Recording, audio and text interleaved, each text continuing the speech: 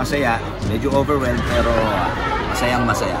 At sana pagpatuloy yung ganitong magandang performance kung makapasok kami sa susunod na laban. Yes, and of course, palakpakan po ng live audience namin is parang ang saya po, ang sarap po sa pakiramdam na feeling namin talagang we did well sa performance namin. So, thank you po sa mga sumusuporta and sana po mas supportahan niyo po kami sa journey namin sa Lopez.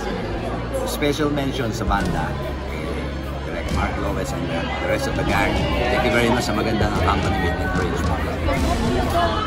Sobrang treat for me na napanood kayo. Una-una, alam natin kung paano natin pinaghirapan yung arrangement and good job guys. Sobrang ganda ng drama. Para ako nanonood ng concert na parang sarili kang superstar at nagkaroon kami ng chance mapanood sila mag-jam together.